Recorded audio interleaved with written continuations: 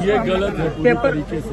और जिस तरीके से पटना डीएम के द्वारा वहाँ पे हिंसा का इस्तेमाल किया गया, छात्र को मारा गया, ये कतई जायज नहीं है। इसकी मेरी पार्टी पूरी निंदा करती है और हम लोग यह आग्रह करते हैं कि इसकी जांच होनी चाहिए। अगर छात्रों में 1% भी संदेह है धांधली को लेकर तो उनके संदेह को दूर किया जाना चाहिए।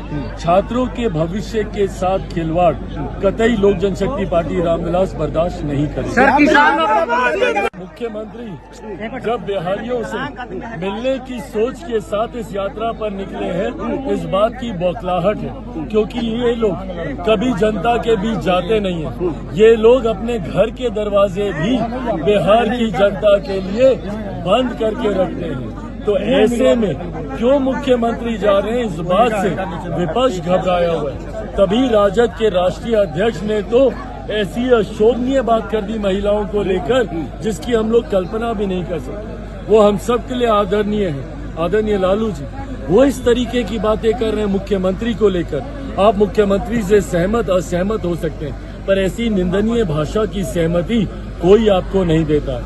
और ये बौखलाहट है, क्योंकि उपचुनाव में जिस तरीके से चारों सीट पर ये लोग हारे हैं और एनडीए का 100% स्ट्राइक रेट रहा है, उससे घबरा कर इनको परिणाम 2025 के भी अब दिखाई दे रहे हैं। उस घबराहट की वजह से इस तरीके की बातें विपक्ष के लोग कर रहे हैं। सर यहाँ तो संभव ही नहीं हो पाएगा, आप क्या करना चाहेंगे? जी, 1 नेशन 1 इलेक्शन हमारे देश के लिए कितना जरूरी है, इसका महत्व संविधान के निर्माताओं ने भी समझा। तभी शुरू में जब देश आजाद हुआ तो देश भर में एक साथ ही चुनाव कराने की व्यवस्था बनाई गई और ये लगभग 1-1.5 दशक तक ऐसे ही चला।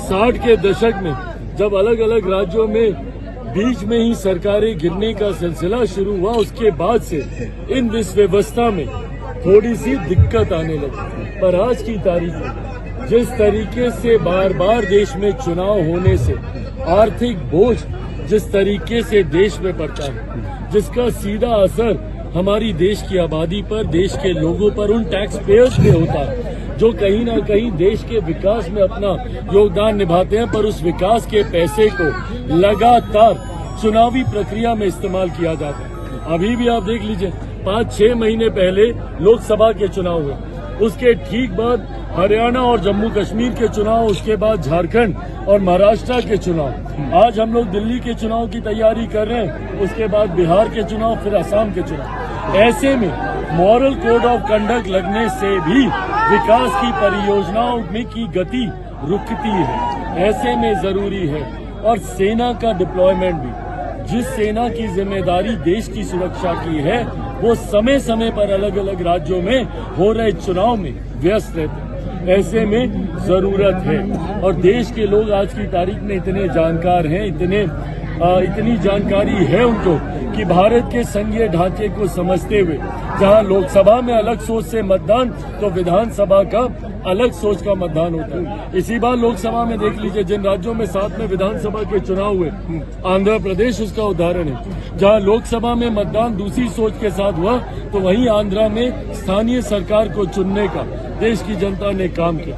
तो ऐसे में देश की जनता इतनी जानकार है, इतनी बुद्धि, इतनी विवेक है कि वो भारतीय संघीय ढांचे को समझ सकती है।